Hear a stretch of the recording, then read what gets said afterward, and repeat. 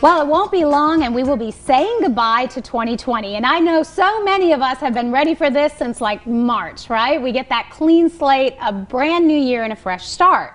Or do we? Unfortunately, a lot of that baggage comes along with the new year. So how do you achieve this new beginning? Here with some tips and advice is psychotherapist Dana Skaggs. And Dana, always good to have you on the show. Fun to be here. We love your perspective, and I think this time of year we all need a little perspective, because I think kind of like with Christmas, you have those high expectations. You sort of have that for the January 1st day, like all of a sudden magically everything's going to be different. Yes, it's all about the New Year's resolutions. You know, everybody's thinking about how they want to change their life, and there's nothing wrong inherently with resolutions, with New Year's resolutions. But I wanted to point out that we don't need to hang our view of ourself, our self-acceptance on the achievement of these resolutions. Carl Jung, who's a forefather of psychology, had a quote that I really liked, and it said, "Once we accept ourselves, then we can change."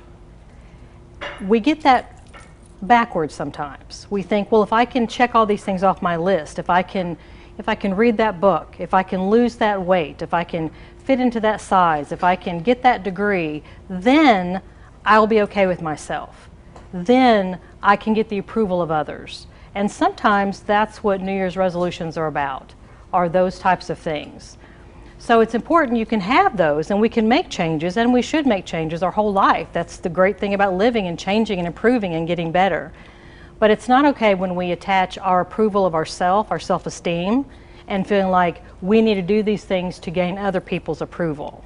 Well, and I think that's so true when it comes to when you set those priorities and you fall short because you have so many of them that you're just setting yourself up for failure trying to get to all of this stuff and this greatest idea of who you could be.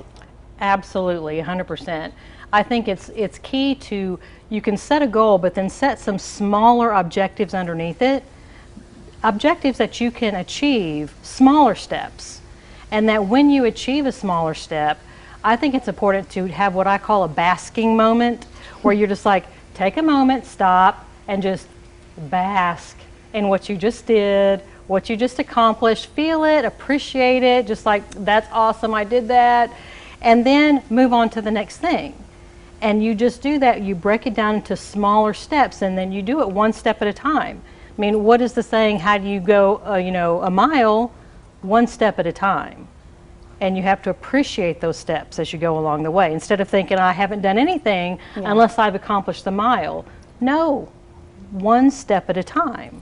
And that's one thing we are really good at, I think, is not taking the time to acknowledge the goal that we just made. Instead, you're already focused on that next goal and how you're going to get there and keep pushing yourself forward. And in reality, it's hard to ever get to what you're really looking for. You don't really, because it keeps moving like a mirage if you have that mindset. But if you're more mindful, and I have something on my podcast about that, about mindfulness, it's just being in the moment, appreciating what's going on right now, regardless of what happened yesterday, regardless of what might happen tomorrow or next week. Live in the moment, appreciate the moment. And when you can do that, you can appreciate those small steps. And so then you have all those times of just really enjoying life, enjoying yourself, enjoying what you can accomplish, whether or not you actually get that great big thing, because it ceases to be about that great big thing. It starts to be about your movement. The journey itself is the thing.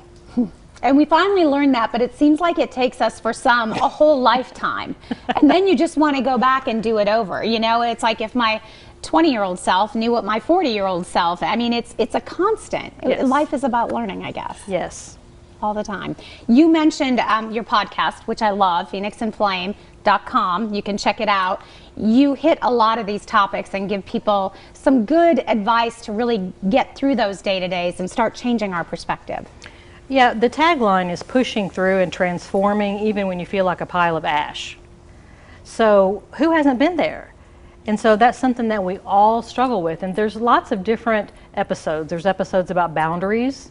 You know, what is ours to manage and what is not. That is huge. Yeah. And you know, there's episodes on anxiety and self-worth and am I ever going to be enough? And it just kind of, just as it comes to me, I just kind of will tape episodes about it. And you're funny. I love that. It's a dose of a good sense of humor too, which I think we all need when we're tackling these huge topics. Yes. You know? Great information. Great to have you. Thank you so much. Happy New Year to you. You too. All right, we'll give everybody the information. Check out her podcast, phoenixandflame.com. Very easy, always fun to listen to.